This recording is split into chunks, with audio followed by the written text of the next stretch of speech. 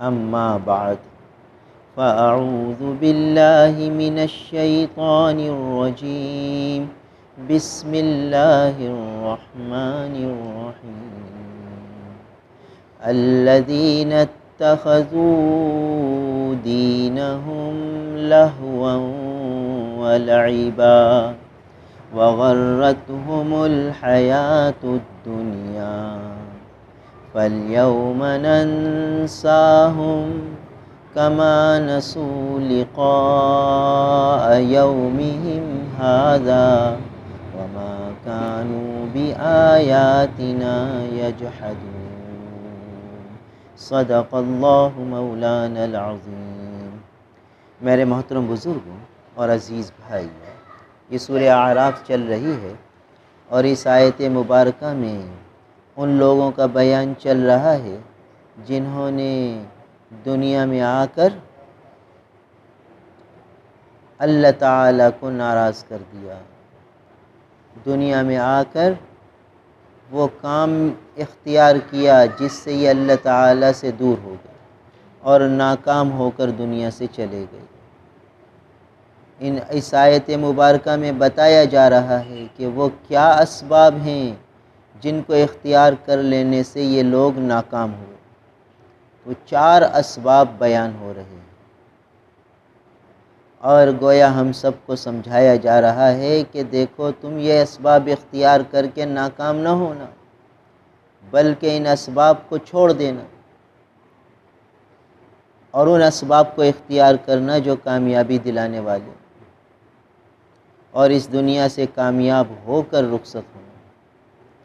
تو فرمایا کہ یہ وہ لوگ ہیں اتخذوا دینہم لہوا ولعبا، ایک سبب ان کی ناکامی کا یہ ہے کہ انہوں نے اپنے دین کو کھیل اور تماشا بنا لیا، وغرتہم الحیات الدنیا، اور ان کا دوسرا ناکامی کا سبب یہ کہ ان کو دنیا کی زندگی نے دھوکے میں ڈال دیا،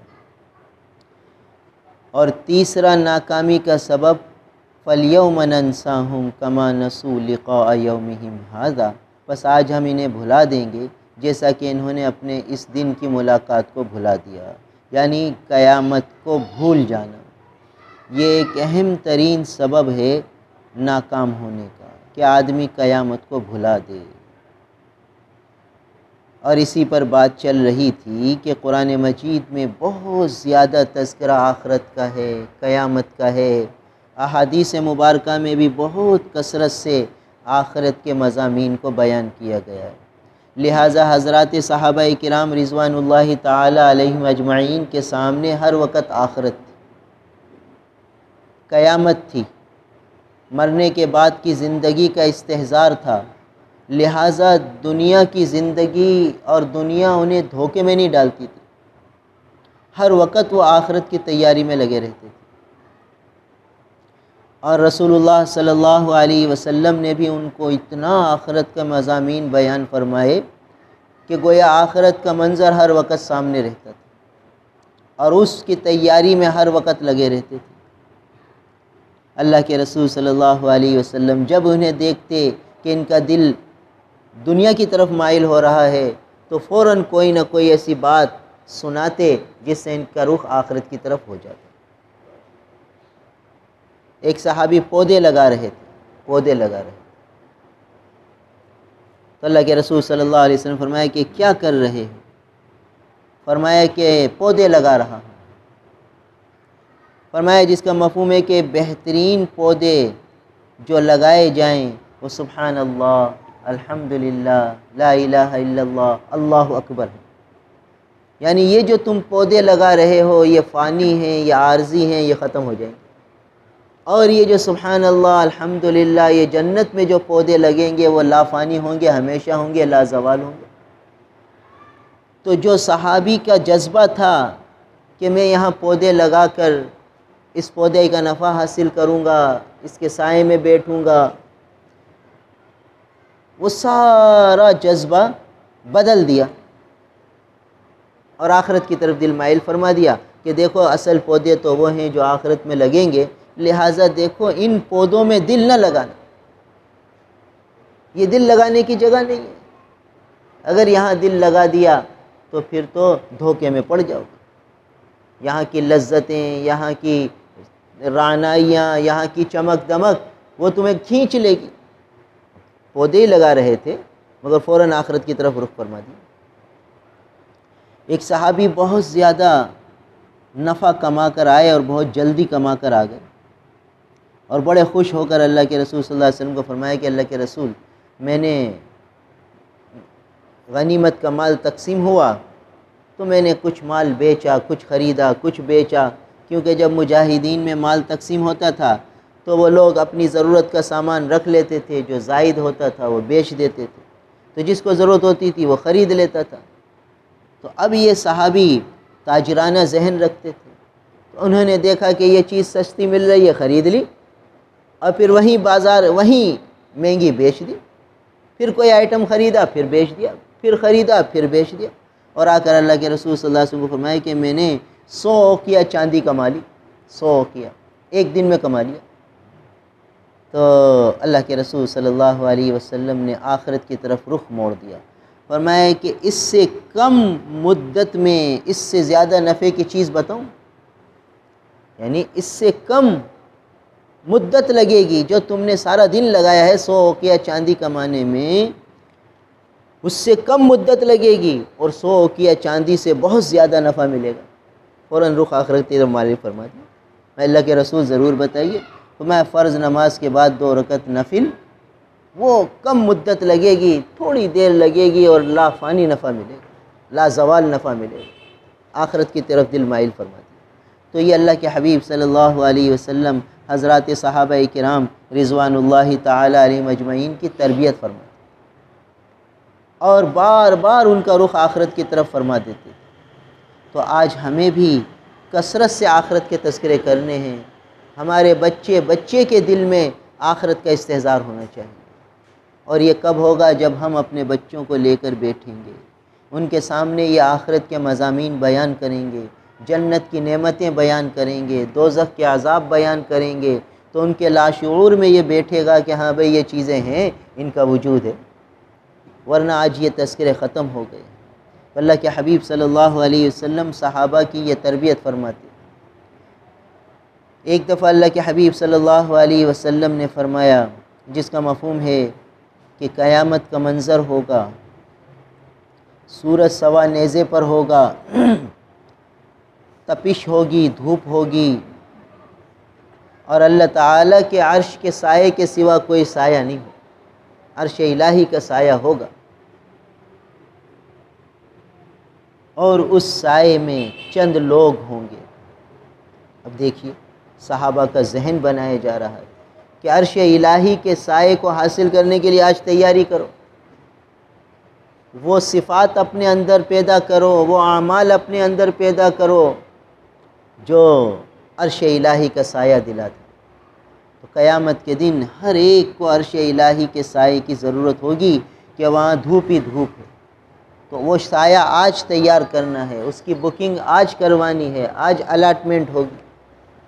اگر آج ان باتوں کی طرف توجہ نہ دی تو بھائی پھر کل موقع نہیں ملے، پھر وہ تو حسرت کا دن ہے، یوم الحسرہ۔ تو آج جو موقع ہے وہ یہ صفات اپنے اندر لینے کا ہے۔ تو فرمایا کہ عرش الہی کے سائے میں ایک عادل بادشاہ ہو، وہ حاکم جو عدل و انصاف کرنے والا ہوگا، وہ عرش الہی کے سائے میں ہو۔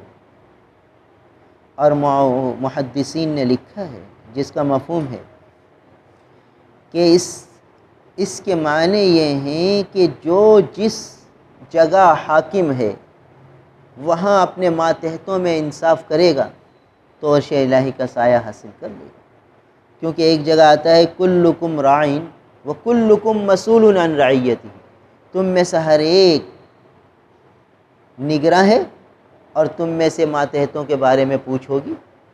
تو جو گھر کا بڑا ہے، والد ہے، اس سے اولاد کے متعلق، بیوی کے متعلق پوچھ ہوگی۔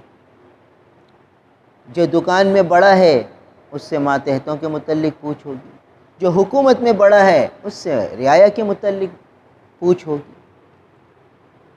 تو اب جو انصاف کرے گا اس کو اللہ تعالیٰ عرش کے سائے میں جگہ عطا فرمائے، اور جو ناانصافی کرے گا تو وہ عرش الہی کے سائے سے محروم ہوگا، پھر وہ قیامت کی سختیوں کو جھیلے گا۔ اولاد میں انصاف کرنا، اولاد میں برابری کرنا، یہ بھی شریعت کا حکم ہے۔ ایک قصہ لکھا ہے کہ ایک شخص اللہ کے رسول صلی اللہ علیہ وسلم کے پاس آئے، میں اللہ کے رسول، میں اپنا ایک باغ اپنے بیٹے کے نام کرنا چاہتا ہوں اور آپ کو گواہ بنانا چاہتا ہوں کہ آپ اس کی گواہ بن جائیں کہ میں نے وہ باغ اس بیٹے کے نام کر دیا ہے۔ اللہ کے حبیب صلی اللہ علیہ وسلم نے فرمایا کہ کیا تمہاری اور بھی بیٹے ہیں، اور بھی اولاد ہے؟ فرمایا ہاں اور بھی ہے۔ میں ان کو بھی باغ دیے ہیں؟ میں نے ان کو نہیں دیے۔ فرمایا کہ پھر میں ظلم پر گواہ نہیں بنتا کہ ایک اولاد کو تم دے رہے ہو دوسری کو نہیں دے رہے۔ تو فرمانے لگے کہ اصل میں اس بیٹی کی جو ماں ہے اس کا اصرار ہے کہ اس بیٹے کے نام ایک جگہ کرو۔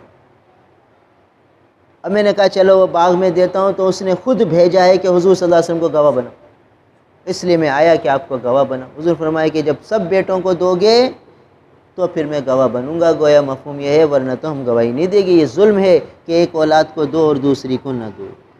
تو آج دیکھ لیجئے والدین کتنی ناانصافیاں کرتے ہیں۔ ایک اولاد کے نام مکان کر دیا، ایک کو دکان دے دی، دوسرے کو کچھ بھی نہیں دیا۔ کتنے لوگ دارالافتاء میں آتے ہیں اور بیچارے پریشان ہوتے ہیں کہ بھئی ابا کا انتقال ہو گیا، فلاں کو دکان دے دی، فلاں کو مکان دے دیا، ہمیں کچھ بھی نہیں دیا، ہم روڈ پر آ گئے۔ وہ کہتے ہیں خالی کرو مکان۔ اب یہ ناانصافی کر کے جانے والا اب قبر میں پہنچ چکا ہے، اولاد پریشان ہے، اب کیسے عرش الہی کا سایہ اس کو ملے گا؟ کیسے ملے گا؟ اس لیے آج اللہ تعالیٰ نے ہمیں موقع دیا ہے کہ کوئی ایسا کام نہ کر جائیں کہ جس سے اولاد کے درمیان ناانصافی ہو جائے۔ سب اولاد میں برابری شریعت کا حکم ہے، انصاف کرنا شریعت کا حکم ہے۔ ایسا نہ ہو کہ ایک اولاد کو تو لاڈ پیار میں بہت دیا جائے اور دوسرے کو کچھ بھی نہ دیا جائے یا کم دیا جائے، تو یہ مناسب بات نہیں ہے۔ پھر فرمایا کہ عرش الہی کا سایہ ایک اس نوجوان کو دیں گے اللہ تعالی جس نے جوانی میں عبادت کی ہو۔ جوانی میں جذبات اللہ تعالیٰ کی نافرمانی کے زیادہ ہوتے ہیں، ہر طرف گمراہی ہوتی ہے، شیطان کے حربے ہوتے ہیں اور وہ انسان کو بہکانے کی پوری کوشش کرتے ہیں۔ اور جوانی میں طاقت ہوتی ہے، جذبہ ہوتا ہے، گناہوں کی طرف میلان ہوتا ہے، تو ان سب جذبوں کو وہ روک کر اللہ کی عبادت میں لگتا ہے اور اپنے آپ کو گناہوں سے بچاتا ہے۔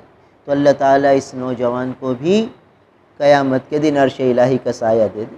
اب بتائیے کتنی بڑی دولت اللہ تعالیٰ دے رہے ہیں، اور آج ہم بکنگ کرا لیں۔ اب یہ جوانی کب تک ہے؟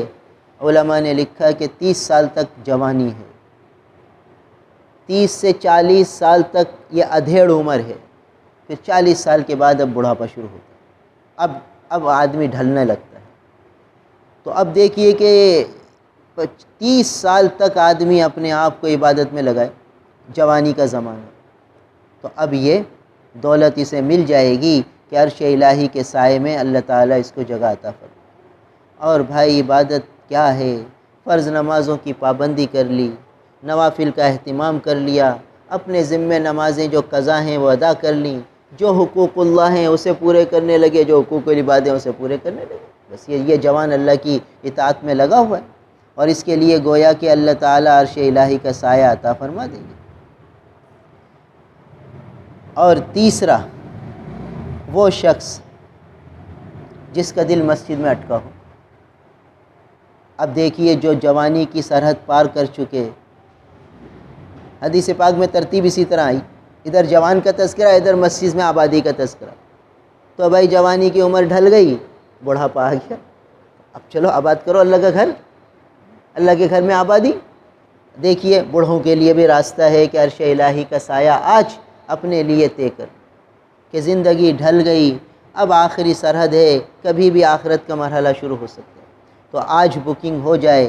قلبہ معلق بالمساجد، کہ اس کا دل مسجدوں میں اٹکا ہوا ہے، یعنی مسجد سے باہر جاتا ہے، دکان پر ہوتا ہے، گھر میں ہوتا ہے، دوستوں میں ہوتا ہے، مجلس میں ہوتا ہے، دل مسجد میں کہ بھئی جلدی سے فارغ ہو جاؤں اور جلدی سے مسجد میں آ جاؤں۔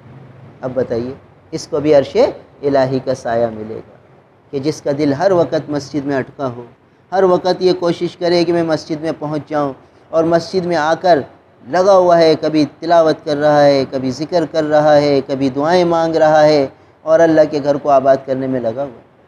اور آج کل اللہ نے ماحول بنایا، دین کی محنت میں لگا ہوا ہے۔ سارے عالم میں دین کیسے پھیل جائے، سارے عالم کے انسان جنت میں کیسے پہنچ جائیں، اس کے لیے مذاکرے کر رہا ہے، اس کے لیے سر جوڑ کر مشورے کر رہا ہے۔ اب بتائیے اس کی نسبت مسجد نبوی سے جوڑ رہی ہے، صحابہ سے جوڑ رہی ہے، اولیاء کرام سے جوڑ رہی ہے کہ ان کے جذبے بھی یہی ہوتے ہیں۔ تو جس کا دل مسجد میں اٹکا ہوگا تو قیامت کے دن عرش الہی کا سایہ اللہ تعالیٰ اس کو عطا فرمائیں گے۔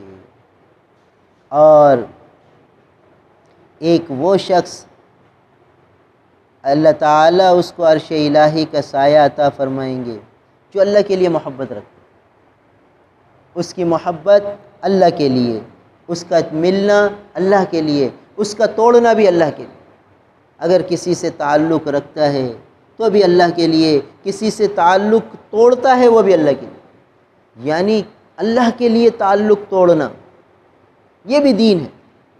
جہاں ہمارا دین صلہ رحمی کا حکم دیتا ہے کہ بھئی رشتے ناتے جوڑو، تو یہ رشتے ناتے جو جوڑنے ہیں اللہ کے لیے جوڑنے، اپنے ذاتی مفاد کے لیے نہیں، اپنے اغراض کے لیے نہیں، اپنے فائدے کے لیے نہیں، بلکہ اللہ کے لیے۔ اور یہی شریعت کہیں حکم دے گی کہ اب توڑو، اب توڑنا ضروری ہے، کہ جہاں والدین یہ کہیں کہ بھئی اللہ کا حکم توڑو، داڑھی منڈا دو ورنہ پھر تم گھر سے نکل جاؤ، تو گھر سے نکل جاؤ، داڑھی نہ موڑ۔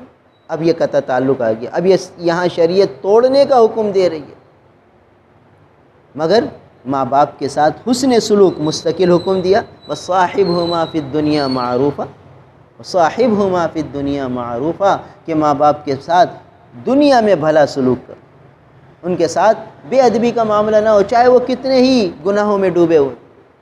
ایک نوجوان آئے، کہنے لگے بھئی ابا جی اور اماں کو میں دیکھتا ہوں گناہوں میں لت پت ہیں اور بس فسق و فجور کی زندگی میں ڈوبے ہوئے ہیں، اب مجھے ان کے ساتھ رہنے کا جی نہیں کرتا، میں کیا کروں، گھر چھوڑ دوں؟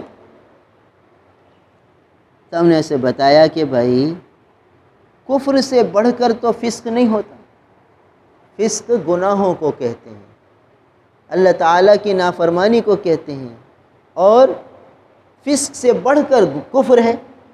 تو اگر ماں باپ کافر ہوں تب بھی ان کے ساتھ حسن سلوک کا حکم ہے اور ان کے ساتھ اچھا برتاؤ کرنے کا حکم ہے، یہ تو فاسق ہے، دائرہ ایمان میں تو موجود ہے، تم کیسے کہتے ہو کہ میں ان کو چھوڑ کے چلا جاؤں؟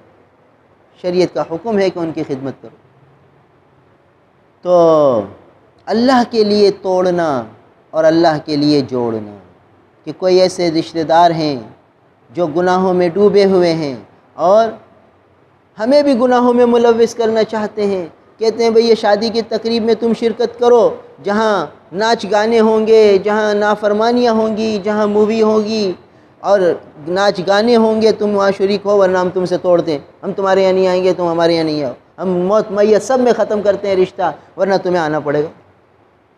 اب یہاں اللہ کے لیے توڑنا ہے کہ نہیں بھائی نافرمانی میں ہم شرکت نہیں کر سکتے، اللہ تعالیٰ کے حکم کے جہاں پامال ہوں وہاں ہم نہیں جائیں گے، چاہے تمہارا رشتہ ٹوٹے چاہے کچھ بھی ہو۔ تو شریعت جہاں جوڑنے کا حکم دیتی ہے تو جوڑنا بھی اللہ کے لیے، اور کہیں شریعت توڑنے کا حکم دیتی ہے تو توڑنا بھی اللہ کے لیے۔ تو یہاں شریعت براہ راست توڑنے کا حکم نہیں دے رہی، اس کے عمل کی وجہ سے کہتی ہے کہ اسے نہ تو توڑو فی الحال۔ ہاں کیا ہوا، حضرت ابراہیم علیہ السلام نے اپنے ابا جی سے فرمایا کہ ابا جی ایمان لے آئیے، ابا جی نے سخت ڈانٹ ڈپٹ کی اور فرمایا وَاحْجُرْنِی مَلِیَّ، کہ یہاں سے مجھے چھوڑ کے چلا جا۔ ابراہیم علیہ السلام خلیل اللہ ہیں، ابا جی کہہ رہے ہیں بھاگ جا، گھر سے نکل جا، تو ابا جی کو چھوڑ دیا، چھوڑ دیا ابا جی کو، خاندان، قبیلہ، قوم سب چھوڑ دیا، انجانی منزل کو چلے گئے۔ یہ ہے اللہ کے لیے توڑنا۔ تو جن کی دوستی، جن کا تعلق، جن کی رشتہ داری اللہ کے لیے، اور جن کا توڑنا، جدا ہونا، رخصت ہونا اللہ کے لیے. تو ایسے دو نوجوان، ایسے دو شخص یہ بھی عرش الہی کے سائے میں ہوں گے. اور بھائی اس کی اہم ترین مثال یہ اللہ کے راستوں میں تشکیلیں ہیں کہ جب مختلف علاقوں کے لوگ ایک اجتماعی شکل میں جماعت بنا کے چلے جاتے ہیں.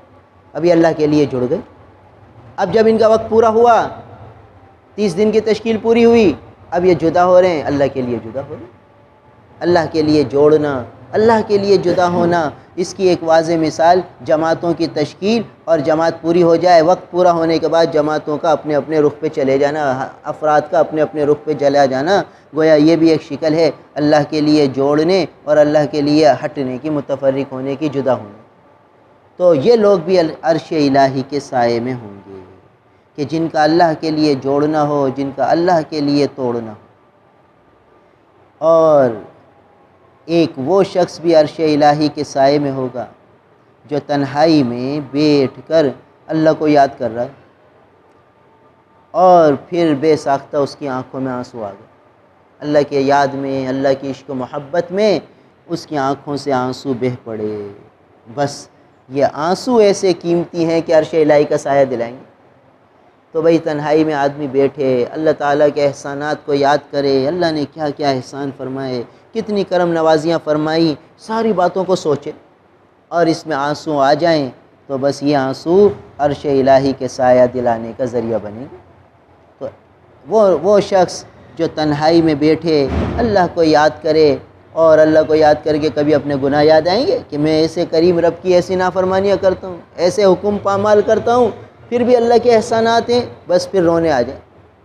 اور یہ رونا اس کو عرش الہی کا سایہ دلا دے گا. اس دن کی ہولناکی سے اس کی حفاظت ہو جائے گی. لوگ پسینوں میں ڈوبے ہوں گے، اور یہ آج کے آنسو اس کو کل عرش الہی کے سائے میں بٹھائیں گے. کتنی بڑی سعادت ہے. تو آدمی تنہائیوں میں بیٹھ کر اللہ کو یاد کرے. اور ایک وہ شخص ہوگا کہ جس کو حسین و جمیل عورت اپنی طرف مائل کرتی ہے، اور یہ کہتا ہے مجھے اللہ کا ڈر ہے، اور یہ کہہ کر اس کی طرف توجہ نہیں کرتا، تو بھائی اس کو بھی اللہ تعالیٰ عرش الہی کا سایہ عطا فرمائیں گے. اور یہ تو آج سڑکوں پہ عام ہے.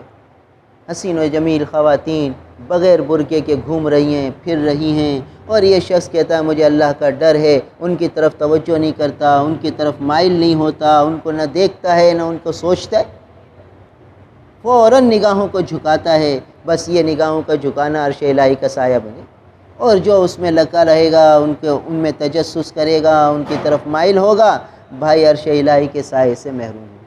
اب دیکھیے موبائل چلا رہا ہے، کوئی عورت کی تصویر آ گئی، اس نے فوراً نگاہ ہٹا لی کہ مجھے اللہ کا ڈر ہے. گویا وہ عورت موبائل میں اس کو اپنی طرف کھینچ رہی ہے، یہ نہیں کھینچ رہا، فوراً نگاہ ہٹا لی. تو عرش الہی کا سایہ، اور نگاہ جما لی، بس محروم، عرش الہی کے سائے سے محروم.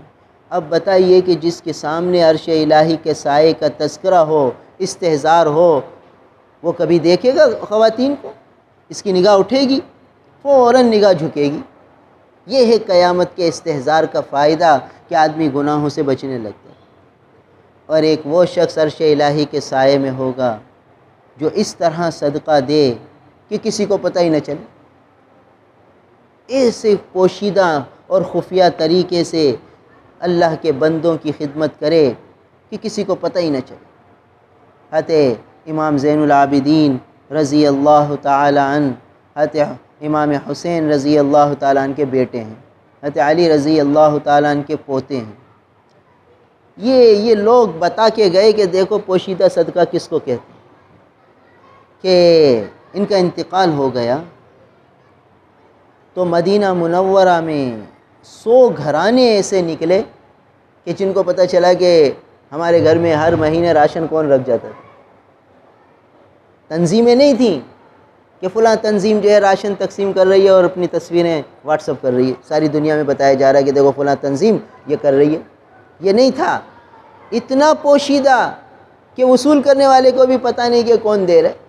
وہ بھی اللہ کی عطا سمجھ کے استعمال کر رہے تھے، وہ بھی تجسس میں نہیں تھے کہ کون دے رہا ہے، اللہ اپنے خزانے سے بھیج رہے ہیں. پھر جب وہ بند ہوا، ایک گھر دوسرا گھر، تیسرا گھر، آپس میں تذکرے کہ یار وہ آ نہیں رہا، سامان 1 مہینہ ہو گیا، 2 مہینہ ہو گیا۔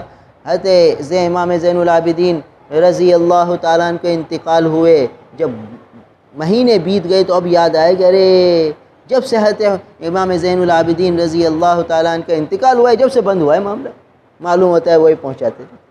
تو ایسے خفیہ انداز سے پہنچاتے تھے کہ کسی کو پتہ ہی نہیں چلتا تھا کہ کون پہنچا، یعنی لینے والے کو بھی پتہ نہیں کہ دینے والا کون ہے۔ یہ ہے خفیہ طریقے سے دینا، جائے کہ اس طرح دے کہ لوگوں میں تعریف ہو کہ بھئی ماشاءاللہ فلاں تو خوب خرچ کرتا ہے، فلاں نے وہاں تقسیم کیا، فلاں نے وہاں تقسیم کیا، لاؤ بھائی 25,000 میں دے رہا ہوں، 25,000 تم دو، اور اپنے دوستوں سے پیسے اکٹھے کر رہا ہے، اور خوب جو ہے غربا میں راشن تقسیم کر رہا ہے، دوستوں کو کارگزاریاں دے رہا ہے، ان کو ڈیٹے بنا بنا کے دکھا رہا ہے کہ دیکھو بھئی یہاں تقسیم کیا ہے، تمہیں اعتماد ہے تو اب دوبارہ دو۔ ٹھیک ہے، جائز ہے، مگر عرش الہی کا سایہ جو ملے گا نا وہ ایسے ملے گا، اتنا پوشیدہ صدقہ کہ لینے والے کو بھی پتہ نہیں کہ کون دے گیا۔ یہ طریقے اللہ والے بتاتے ہیں، یہ حضور کے گھرانے کے لوگ بتاتے ہیں کہ دیکھو صدقہ کیسے ہوتا ہے، تو یہ لوگ عرش الہی کے حقدار ہیں۔ تو ایک وہ شخص، اللہ کے حبیب صلی اللہ علیہ وسلم فرمایا کہ جو اس طرح چپکے سے صدقہ دے کہ کسی کو پتہ ہی نہ چلے کہ کس نے صدقہ دیا اور کیسے صدقہ دیا، تو جو شخص اس طرح چپکے صدقہ دے گا، اللہ تعالیٰ اس کو بھی عرش الہی کا سایہ عطا فرمائیں گے۔ تو دیکھیے اس دن کی ہولناکی سے بچنے کے لیے یہ سارے اسباب اللہ کے حبیب بتا رہے ہیں کہ اس دن عرش الہی کا سایہ حاصل کرنا ہے تو اپنے گھر میں انصاف قائم کرو، اس دن کا سایہ حاصل کرنا ہے تو اللہ کے لیے جوڑو، اس دن کا سایہ حاصل کرنا ہے تو تنہائیوں میں بیٹھ کر اپنے گناہوں کو یاد کر کے اللہ کے عشق و محبت میں رو لو، اور عرش الہی کا سایہ حاصل کرنا ہے تو مسجدوں کو آباد کرو، عرش الہی کا سایہ حاصل کرنا ہے تو جوانی میں اللہ کی عبادت میں لگ جاؤ، اور عرش الہی کا سایہ حاصل کرنا ہے تو اپنی نگاہوں کی حفاظت کر لو، عرش الہی کا سایہ حاصل کرنا ہے تو پھر پوشیدہ صدقے دو، خفیہ طریقے سے صدقے دو۔ اللہ تعالی ہم سب کو عمل کی توفیق دے۔ الحمدللہ رب العالمین والعاقبۃ للمتقین والصلاة والسلام علی رسولہ محمد وآلہ واصحابہ اجمعین۔ اللہم انت السلام ومنک السلام تبارکت یا ذا الجلال والاکرام۔ ربنا لا تؤاخذنا ان نسینا او اخطأنا، ربنا ولا تحمل علينا إسرا كما حملته على الذين من قبلنا، ربنا ولا تحملنا ما لا طاقة لنا به، واعف عنا واغفر لنا وارحمنا أنت مولانا فانصرنا على القوم الكافرين۔ اللهم آت محمدا الوسيلة والفضيلة وابعثه مقاما محمودا الذي وعدته، اللهم آت محمدا الوسيلة والفضيلة وابعثه مقاما محمودا الذي وعدته۔ ربنا تقبل منا إنك أنت السميع العليم وتب علينا إنك أنت التواب الرحيم، وصلى الله تعالى على خير خلقه محمد وآله وأصحابه أجمعين، آمين۔